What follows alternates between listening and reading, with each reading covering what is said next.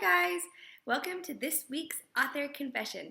I have another exciting announcement for you. I feel like all I've been doing is talking about Alice lately, but I wanted to let you know I got my official release date today for Alice, and she is going to be on shelves May 16th. That's like 2 months away, so keep an eye out for it. It's also kind of a really nice segue into my personal confession because on Twitter, you all voted and you said that you wanted to know about my writing inspiration. And I've actually gotten this question quite a few times this week, so I thought I would talk a little bit about my inspiration specifically for Alice, a retelling of Alice in Wonderland, except it's got a spin on it with zombies. And I got the idea because I love retellings. They're probably some of my favorite books. The Lunar Chronicles series by Marissa Meyer. I love Jackson Pierce's series. Her retellings are fabulous. Ella Enchanted is my favorite book of all time, and that was by Gail Carson Levine, and it's probably one of the best retellings of Cinderella that I have ever read. In fact, I don't know if I'll ever do a retelling of Cinderella just because there are so many other really great ones out there. I don't think I could even compete, to be honest with you.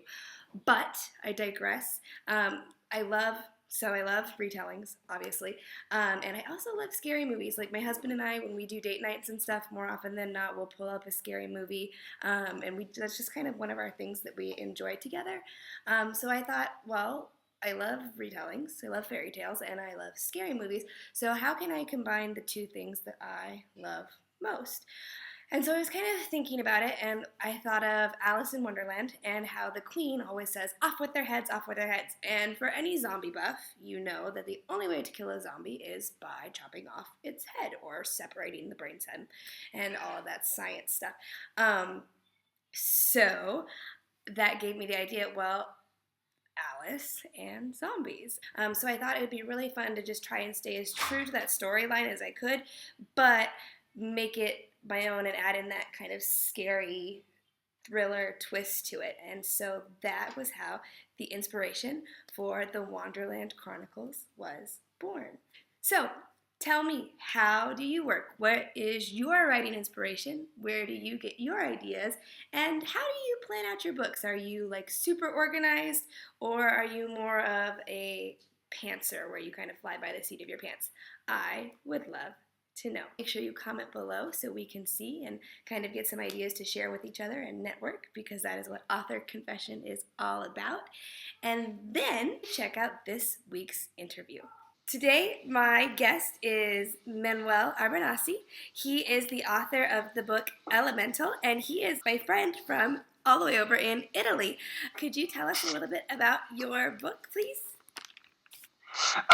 Elemental is this story about 6 people that are chosen by destiny and mutated, gaining some powers, and are called to defend the balance of the earth. But the point of the book is how the fate doesn't really care about you. Whatever you're doing, whatever your problems are, you are now called to do that, and everyone will have to confront themselves about it. And I try to make it so the characters are relatable and are just these 6 absolutely normal people that are called to do something absurd. It's an urban fantasy set in our universe, our world. It sounds like you've got a lot going on in the story, so I imagine it would be challenging to write all of those different pieces.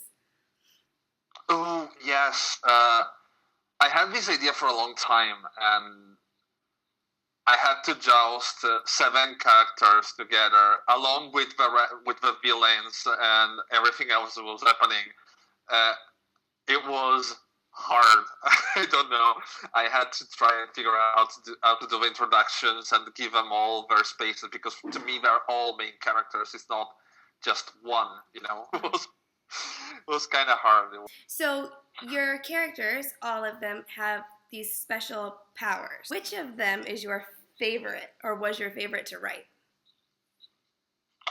Ooh, They all have a lot of interesting snippets. The one you see the most is Jason, who is darkness, and I liked it because I tried to make sure that even if he's darkness, he's not this gloomy, edgy sort of person. He's this 21-year-old, absolutely nerdy and um, referencing person who, when he calls his girlfriend, makes the Adam Jensen voice from Deus Ex. He's not gloomy at all. He's like, I never asked for this, and it goes on like that. I like to try and play with the expectations of people.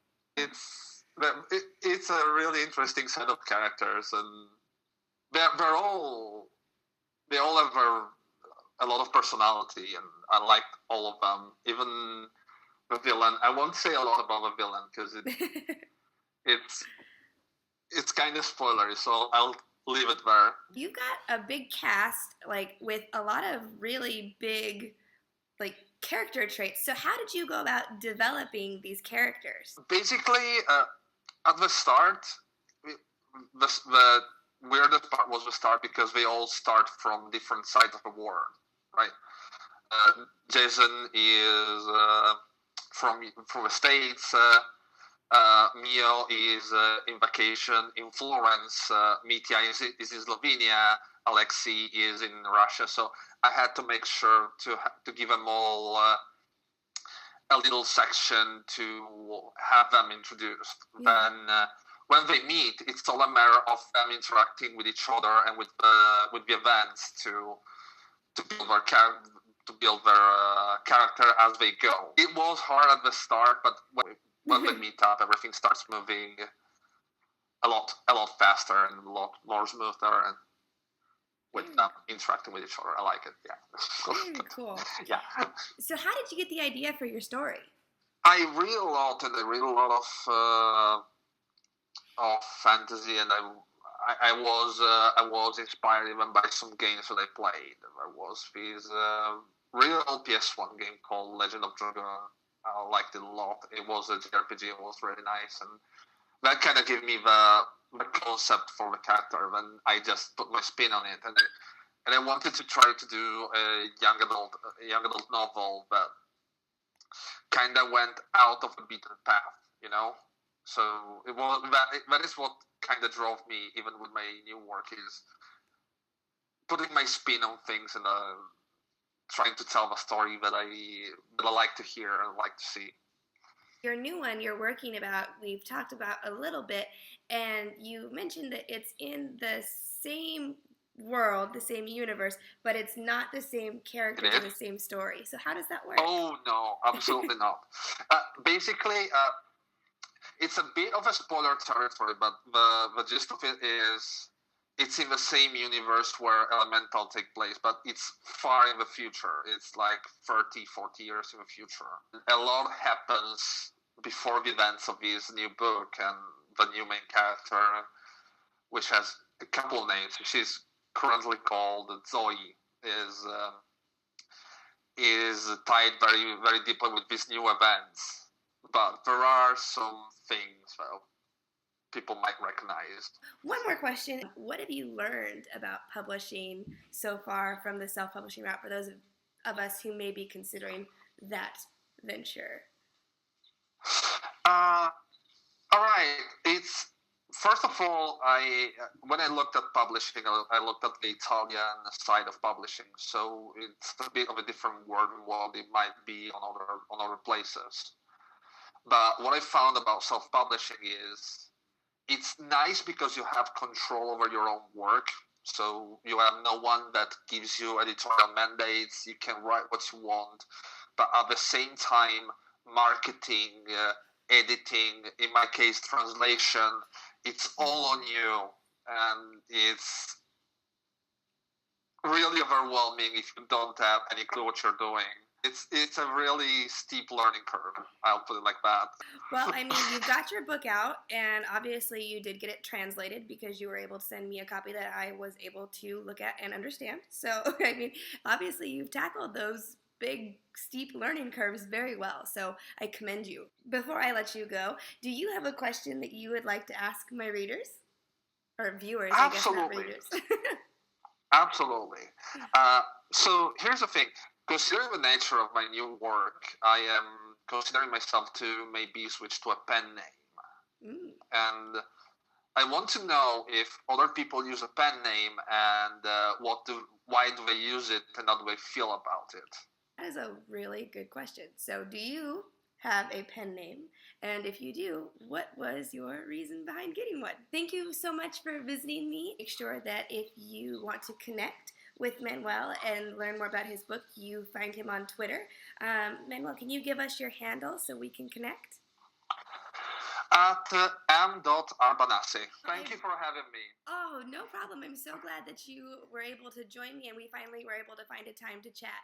I have actually started reading Manuel's book. He sent it to me in an e-copy, and so I've actually been able to kind of start reading it, which has been super cool seeing kind of the work that he's put in and being able to read it. I have to say I'm very impressed so far. He had, like he said, he is a self-published author, and he had to do all the translations by himself. I can hardly speak English on my own, so being able to have him translate from a completely different language, I definitely have to commend him for that. So make sure that you check that out. Also, make sure you give our pitches a listen. We've got some really great ones this week. I hope you enjoy. Hi everyone, I'm Leanne Villanueva Lansing, and my debut novel, Prisma, comes out this summer. It's an upper YA LGBT novel about a kid named Cooper who goes to college and moves into the LGBTQ house on campus. It is written in blog format. It has a lot of humor, cuteness, awkwardness, and drama. I hope you all enjoy it. Hi, I'm Ciel Ogilvy, and my novel is called Some Assistance Required. It's an urban fantasy / romantic comedy about a woman named Glenda Melner, who is unemployed. Ever since the portal between the magical and human realms opened, the job market has been flooded with magical creatures. So she goes to work for a vampire attorney named Rupert Meyer, who is very handsome, ends up becoming very dependent on her for everything, and turns out to be a little more dangerous than she originally thought. My book is available on Amazon, and if you're on Goodreads, from now until April 26th, you can enter to win a free copy. It's one small step for man, one giant leap for mankind. Oh, that looks beautiful, Daniel. It has a stark beauty all its own. It's like much of the high desert of the United States. It's different, but it's very pretty out here.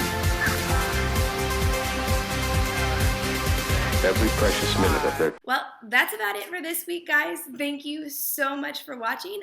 If you are interested, I am always looking for pitches. It is not hard, I promise. Just do a quick 30-second video recording of you and your wonderful book. If you've seen some of my other pitches in the past, you can even do like a video that has like a picture over it if you're kind of camera shy. But I can do it. Y'all can do it. I promise. Also, one thing, it is on the YouTube, so a video pitch is important. Please give me a quick recording, 30 seconds, send it to authorconfession@gmail.com, and I promise I will get you in. I hope you enjoyed this week's confession and the confessions in the past. I hope you keep watching. If you have any questions, comments, please leave them below. I would love to connect with you. Thank you so much for watching. Happy writing.